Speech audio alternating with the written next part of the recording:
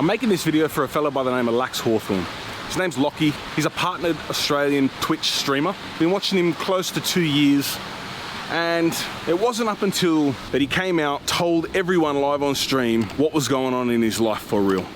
And it hit something in my heart and made me say, man, I gotta make a video about this because I know exactly what you're going through. If you wanna show him some love, I'll put a link to his Twitch channel in the description. Go past, say what's up, check him out. He's doing IRL streams now. He's not streaming games anymore, but we'll get into it. Gotta get out of this sun. It's cooking my head like a damn egg. Should've worn a hat. What's doing, Biz? It's so easy for a man to feel that he has to work so hard for his family. And then there's that fine line where he's working too much and he's getting too obsessed and he can't understand why everything around him's fallen apart. Because all he was doing was trying to build something up for his kids and his wife or his family, right? That's exactly how I felt. I worked my ass off. I was in a real dark place. I was in a real shitty situation. And one of the best forms of distraction was finding out about Twitch because it just never stopped. There's always someone on streaming live, and it gave me comfort when I was completely alone, sitting in a basement, thinking about my kids, feeling that darkness, that sadness, like that. It's just grief. You've been with someone for over a decade. It ends. No matter the reason why it ended, it still doesn't feel real. It doesn't feel normal. You have these moments where you look back and you're like, is this real life? Like, what's going on here? It's very similar to that feeling of someone close to you dying suddenly, or knowing that you're never gonna see that person again. Grief's a weird thing. Is that all you got? Is that it? Is that all you got? Fuck you! Oh, good job, good job. That's it! Is that it? Sorry, I was in the moment, Raven. It turned out that he was addicted to the game, that it took over his life. He didn't spend enough time with his kids and his wife. His wife had left him. Watching that stream that he did, that story that he told me, it resonated with me so well, you know.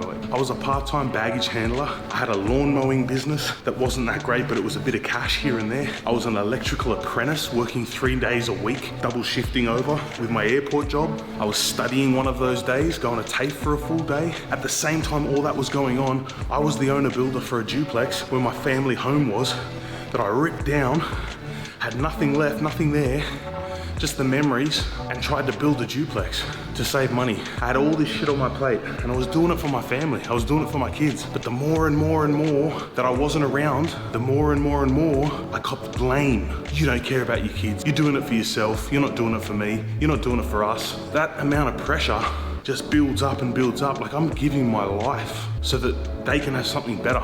The real people in your life, they'll get you through. You gotta use them, you gotta bounce off them.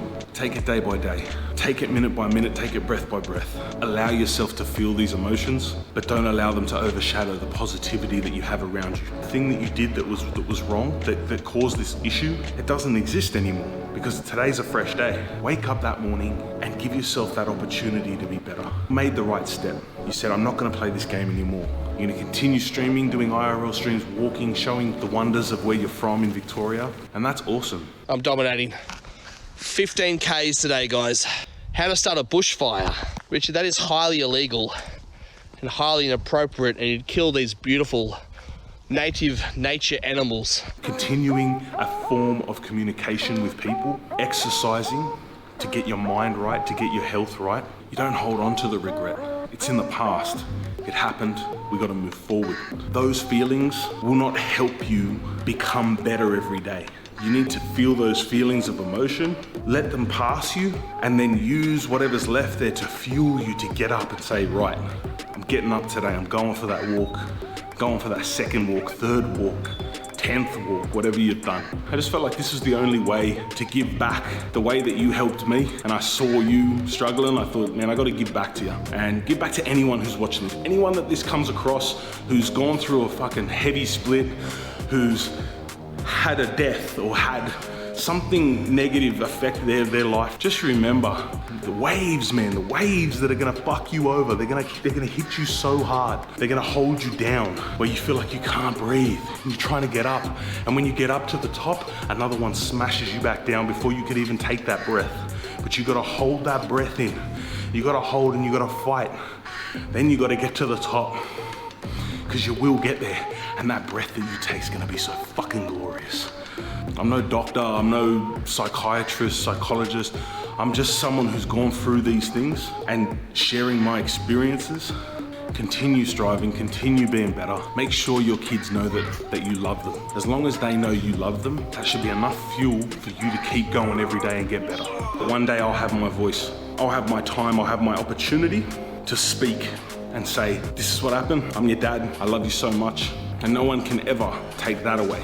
The imprint that I have in my children's life, the imprint that you have in your children's life, you'll never be what somebody says you are.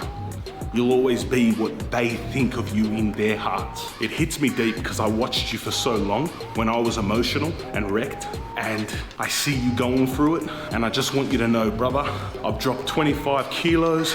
I come off the cliff. I come off the train tracks, mate. I got to the point where I hated my life, but I turned it around. And you can do it too, man. You're doing it the right way. Keep walking, keep pumping out your streams, talking to people. Know that you've got people behind you. Proud of you. I'm proud of you. And your kids, they love you, and you know that. Anyone who's dealt with grief knows that it just comes out of nowhere. You could be having the greatest day, hanging with your buddies, going to a footy game, everything's high, everything's great. At halftime in the footy game, they play a song, and that song triggers a memory. It just won't leave your head. You'll just burst out crying, or you just can't get right in the head again. One thing that I learned to do was, when that happens, accept it, understand it, feel it, open yourself to it, and then just breathe and say to yourself, you know, I remember that happened, and I remember how good it was when that person was here, or when I felt good. It's different now, but it's okay because I'm strong. It's okay because I'm gonna get through it. Every day I'm gonna get through it. It may not leave, but you've given yourself that strength. You've given yourself that power to say you're in control of your emotion. Could there be a better place to do some? What better place to do some? What better place to do some stretching by the side of the pool? Finish your cardio. Make sure you stretch. If you want to improve, I think you hold it for about 60 seconds. If you want to maintain what you got, 30 seconds. That's what I learned a while ago. Things might have changed by then. I am not a physiotherapist or whatever. I'm not a fucking stretching professional, okay? Just make sure you do it. Just for anyone who doesn't understand this, stretching is not a warm-up. You don't want to stretch, static stretching, to warm up before we exercise. It's a cool down thing. It's something that you do when you finish, right? If you want to warm up, you've got to do active warm-ups. You've got to do like on-the-spot jogging, you know, toe touches, high knees, things like that. Just slowly get your muscles firing. That's how you warm up. Get a slight sweat. That's how you warm up. Then you attack your exercise, whatever it's gonna be. When you're done, this is a cool down. Stretch, stretch. When it comes to losing weight, what I found that worked for me was eating low calorie, high volume foods and doing cardio, steady state cardio. I've talked about this numerous times on my channel so far, but I'm gonna put it in this video because I see that you've put on 50 kilos, you wanna lose weight, you're doing it the right way by walking, but let's remember, the key is nutrition. Things that keep you full, that don't put you in a caloric surplus. One idea, fruits and vegetables. Anytime you wanna snack, pump a bowl of veggies. If you do wanna snack on junk, the way you do it is fill yourself up first on veggies and other things, and then have a small amount of that, right? Over time, these changes are gonna help you lose that weight. You will come down. Keep walking and keep yourself in a caloric deficit. Trust me, it works.